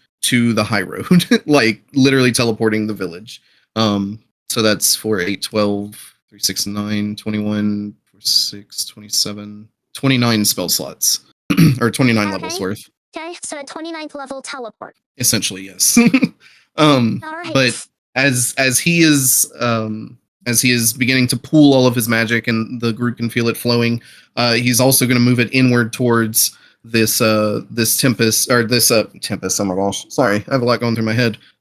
This torment chunk thing. He's just initiating the connection. Essentially, he's not actually going to touch it himself with the magic, but he is envisioning kind of a time lapse. The village now resting on the high road, or next to the high road, rather. He sees multiple sunsets and moons rising, the villagers going about normal business, like normal people do. And then over the course of time, slowly people start trickling through the road. At first, it's one or two every few sunrises or sunsets, and then it's groups of them. There's a caravan that comes through, and each time there's thoughts of the different traders in the village, and welcoming in new people and exchanging goods and services to benefit the town, as well as spread outward, start incorporating things from outside of the city to make it better, and just an economic growth spree essentially of this town. And it becomes large, and eventually, after so many years of sunrises and sunsets in quick order, it kind of zooms out and you can see it's starting to take up enough space to be recognized on a map as a large city, much like the ones to the north and south. Alrighty. Tempest, And you are next in the order. Oh, actually, first Raph. Can I do something a little weird here? More than likely, yes. In this moment, Lance, for the first time, is taking an active approach and has it's kind of like putting your hands on the back of someone who is like climbing something, or he's not actually supporting any weight, but he is trying to be active in this because he knows how powerful the torment in this town must be, being split between a person and a literal monster, that he feels like every little bit is needed. Alright. Then we will move next to Tempest, as we know that he is holding Tempest's hand. Damn, the only thing that came to mind was the very thing you ended up talking. I'm sorry. Yeah, how the fuck are we all supposed to follow with that shit? God damn. No one said it has to be different things. I just want you each to describe in detail, as much detail as you can. Maybe talk about the specific way that you foresee the blacksmith doing business, or the lake and what people might be doing out there. Damn. I'm so sorry. I need to go last in these things. No, it's fine. I'm not trying to be like a dick or anything, but like that was so good. Like I don't even know how to follow up with that. So sorry. If I may go, I have one. Nope. Do it. Nope, Do not yet. It's Tempest is Tempest's turn. next. Okay. I don't know if we could go out of order. No. Let's just say I'm feeling that force of energy. The mind kind of wanders off to the village with a little more liveliness to it. Everyone's mingling about their daily lives. You can hear the children running around, laughing and having fun. Merchants yelling. Where the statue once stood is now like a white iridescent crystal form of Ryushin. How it glimmers in the sun. Everyone's happy. People are coming in and out of the town. Like, everything is just stable. Okay. Then next would be I am to the right of Wrath. Of course, you all don't see what he thinks, but you can feel that there's hope radiating from him in this process. And then we go to the other side of Tempest to Tristan. Yet again, you're not necessarily aware of what he's thinking, but you can feel as his muscles kind of loosen. Those of you that are making contact with him, then you can hear him almost giggle. Whatever he's imagining is making him laugh, making him happy. Then to the other side, Twilight. You are holding Iam's hand, so you're next. She sees the elderly woman as young and beautiful and radiant, who just loves to bake, who opens up her own little bakery, and she makes the best cakes that anyone has ever tasted. She also bakes these little scones, and her shop is full of just radiant colors, kind of like purples, greens, oranges, everything. And it's when you walk in, it's relaxing. And then where was I going with this? Oh, then there's also a chef's kitchen on the opposite side of her, and she also will be in charge of the bakery and the 5-star restaurant, since she loves to cook and she loves to bake. Are you about to use 9 of my 29 spell slots to give this woman immortality? Maybe. Pious is next on the list. Was I even was that even something that was in the line of this, or did I go way off topic? No, that was good. No, I think that was great. You thought of the specific townsfolk and what you know they enjoy, and an almost utopian version of it. So that was perfect. Okay, I didn't know if it was like way off topic, but all right, cool. I did something right. Yay! Brownie points. All right, Pious is next. Pious is envisioning the city expanding and becoming more technologically advanced, not in a futuristic sense, but like advancement in conveniality, if that's a word, convenience, and also getting a graveyard so they can mourn their dead. Thank you. It's okay. Twilight just gave them all immortality. Well, for those who come visit and die on the spot, they'll have a graveyard. Yeah, that's about it, really. Well, then it would go to the other side of Twilight, which is Geraldine, and you feel almost something more neutral coming from her. Like it's in the positive, but overall it's fairly neutral. You can feel for her, though, this is an extraordinary amount of hope. She's usually very analytical and doesn't fall prey to the duality of hope and torment. And again is next on the other side of Pious. Yeah. So I had it harder because I had to think of 2 different things to fucking come up with. Sorry. Finnegan, being the family man that he is, he's envisioning like community activities where all the families come together and the kids play and the adults cook food and have like a once a month kind of celebration of township and camaraderie and all that. All right. I like it. Next would be Magdalene, around the other side of Geraldine.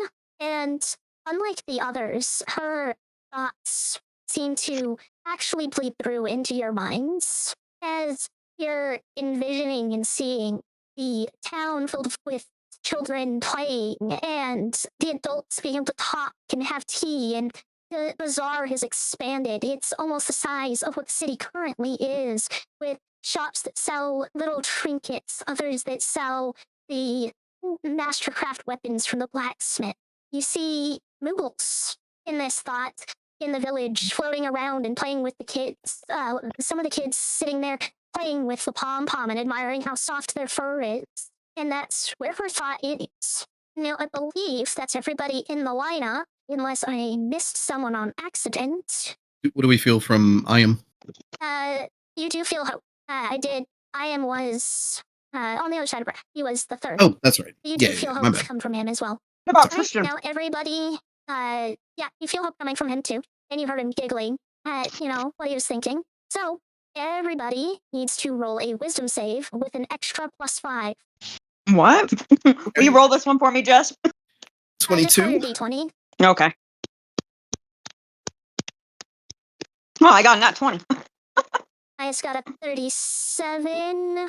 Tempest, that's a 13 for you. Lucky 13. Twilight has a +11, making that a 31. Then again, got a 12. Yeah. Somebody roll 3 D20s for me.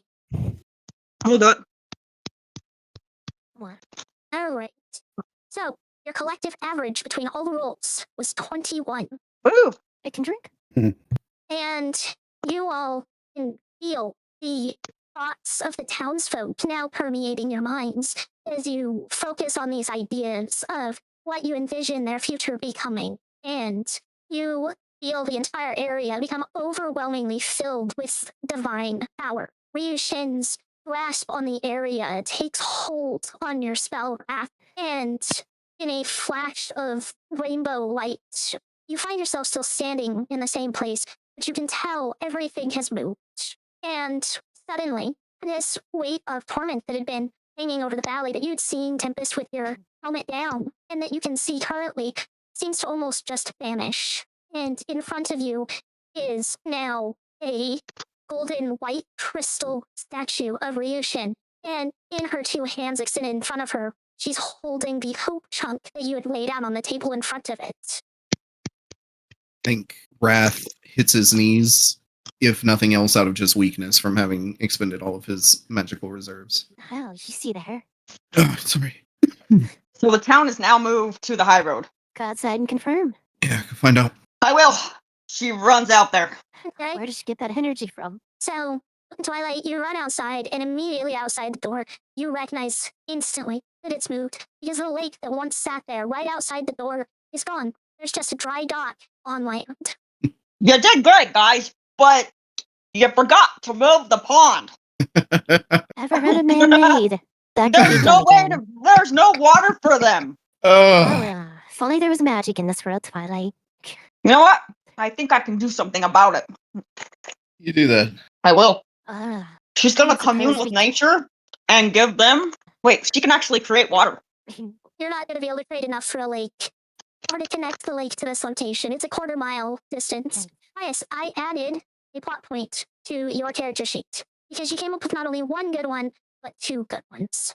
Oh, thank you. You deserve Hey, that I one. did it. Everyone else, all of you came up with good ones, but the base effect of this was lowering the DC. The DC started at 27. So what does that mean? That means we would not have made it had we not did good. Yep. Okay, well, You brought it down to an 18, and you got a 21. So if three of you didn't have good ones, you would have failed. Oh, I think we can all rest easy for a night here now. Yeah, can we do that? Maybe a couple. Actually, we need to go get our. Didn't we leave all the carts and stuff in the forest by where the town was? Stables. No, they were in the stables at the farm. Oh, we're fucking geniuses, thank God. well, not quite. We still didn't give them water. That they can Nice. find more water. Yeah. We know where water is. There's a So- lake. You Right all back- kind of get interrupted in this moment as the door that had led you to the mayor's manor at the beginning of this morning kind of bursts through. Oh my god. I'm so sorry for everything that I did. What did you do? Are you kidding? I was the Rakshasa last night that you took as a captive. Ah, And That there's wasn't you. another question answered. ah, We didn't take anybody captive. that wasn't you. What are you talking about? What's your name? Jeremy. Wrath is like standing up and stretching. Yeah, no, that was Zoltan, I believe. No. That demon did mention the name Jeremy. Wrath almost growls at you. But you remember what he said. He said his name is definitely not Jeremy. That's what the demon said. Yeah. This isn't the same person, Finn. Trust me, I would remember that face. I'm Wrath. I don't think we had a proper introduction this morning. And Wrath holds out a hand. He reaches back and takes your hand. He's unable to speak as he's moved to tears with your forgiveness of the situation. I heard this town was ill-named. You should probably figure out a better one than what it was. Georgia Monsters isn't so fitting anymore. Yeah, right. Do you think do you think our rooms might still be comped for a couple of nights? As you go to speak to him and you all finally actually kind of turn and look where he was, you just see a cow standing on top of a skateboard or a skate sword. I knew it! I knew it! You can tell from his mood. Oh, fuck my migraines, mate!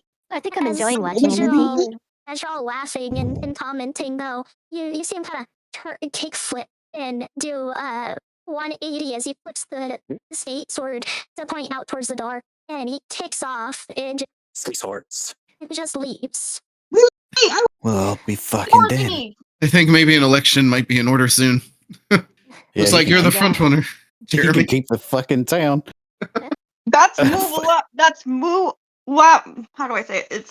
It's mootastic, we know. Yes. Fantastic. It's my turn to hit it now. Fantastic. Can I take a turn? Sure. We all have at one point or another. Jeremy Now we don't starts got to no beef. laugh. Jeremy kind of starts to laugh with everything going on. I think it's up to the town to decide what we're going to call it, but I feel like Mootown. Mootown. I Ah, think that no, might no, be a no, good no, one. no, That's no. what I'm going to suggest. Absolutely. I'll you, I you know, have the I know. backing of me for sure. What about Mookie. Marvel? It's got to be Mookie. Mookie. Did you, Finny? Did you say Moogle? No, Marvel. Mooville. I like He considers Mooble. that one. Mooble. Oh man. Before I choose to be lazy for the rest of the day and lie around, I'm curious. How will the people hear of you monsters now going forward? Will they You give know them what? a chance?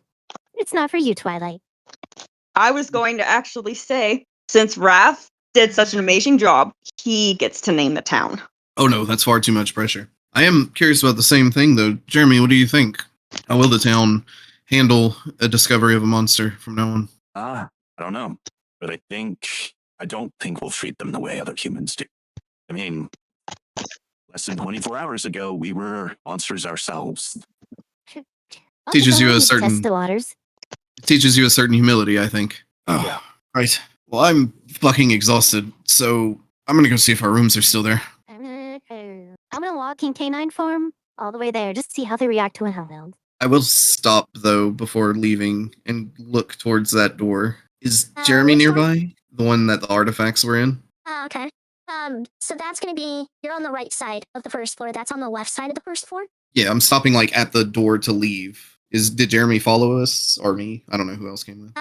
Jeremy, as everyone's kind of heading out the door, is actually gonna pull Twilight aside, kind of gently grab onto your shoulder, the one that wasn't cut off. Ow, ow. I think you should head over to the clinic, get that arm reattached for you, and collect your clothes too. You mean I should go over to the clinic? Yeah, head over there and we'll make that arm right. But it's my left arm, not my right arm. Going. I'm going. I'm going. That was a good one. I'm not gonna lie. I'll see you later, last. Yeah, Jeremy ends up following her out. It's the last one to exit the room. And he Jeremy, seems to be carrying the statue of Ryushin.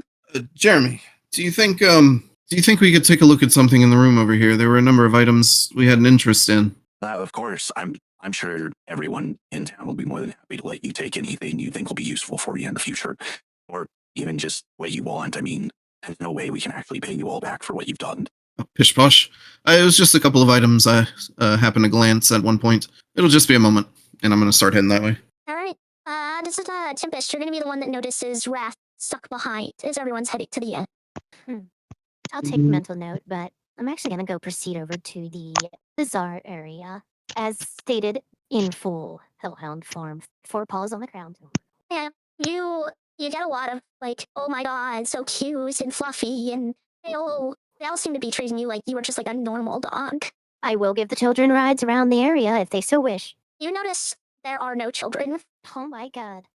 This is the start of a new generation, isn't it? All right. Well, as you enter the room, and you can take a good look around, you, of course, notice those 3 artifacts from before. They are Ryushin's artifacts. You'll have to take the time to identify them, of course, as well as the White Dragon Mask, which you're already aware of at least most of its properties, just because you fundamentally understand how these masks work at this point. Yeah. You also, one other artifact in here kind of stands out. It's a claymore. It's not in a glass case or anything. It's mounted over the wall on a rack that's been clearly crafted using ancient dwarven techniques. The blade itself is a brilliant red hue, and there are runes engraved across the edge of the blade.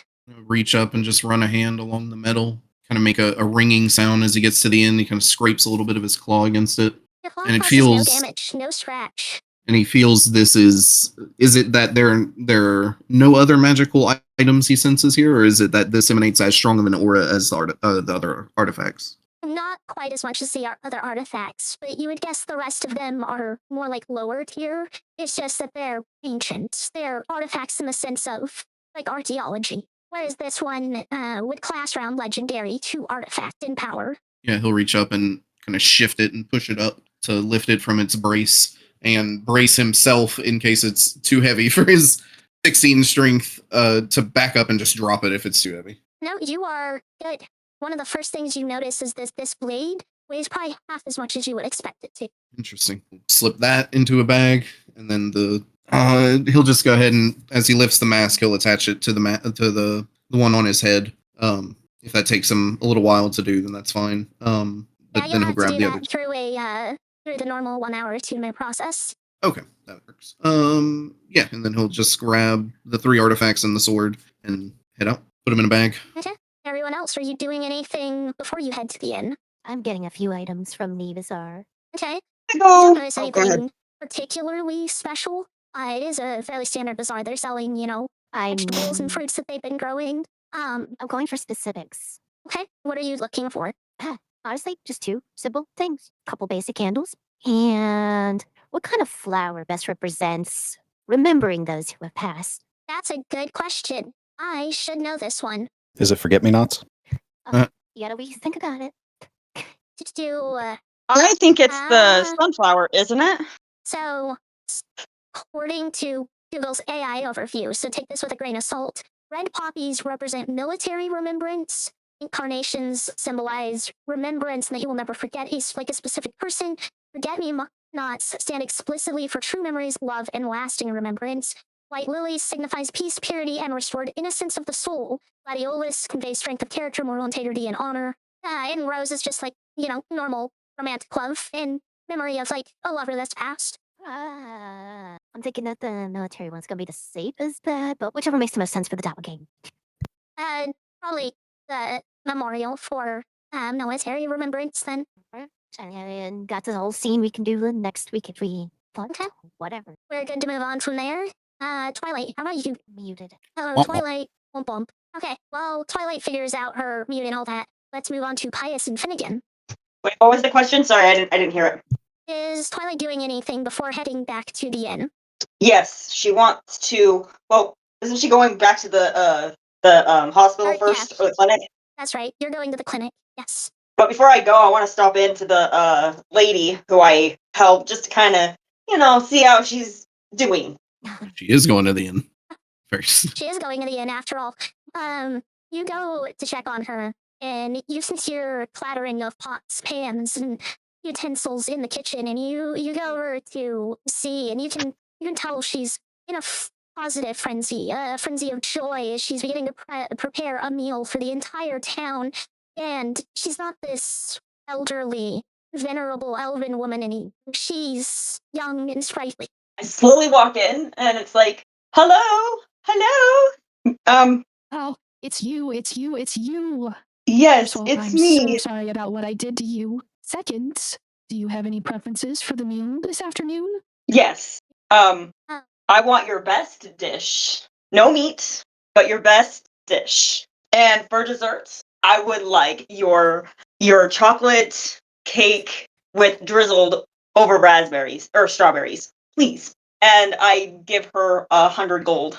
He absolutely refuses to take the money from you, just pushing it back and turning to immediately begin pulling out all the ingredients to make what you've requested. Okay. Well, good day. And I still I give her just 1 piece of gold. But I hurry and leave. All right, over to Pious and Finnegan now. Kupo? I don't know why I No. kupoed. No, they're just gonna head to the inn. They don't have anything to do. All right, okay. Then that is where we will go ahead and wrap up tonight because we are hitting that time. As always, I love you. Until next time, bye-bye, Kupo.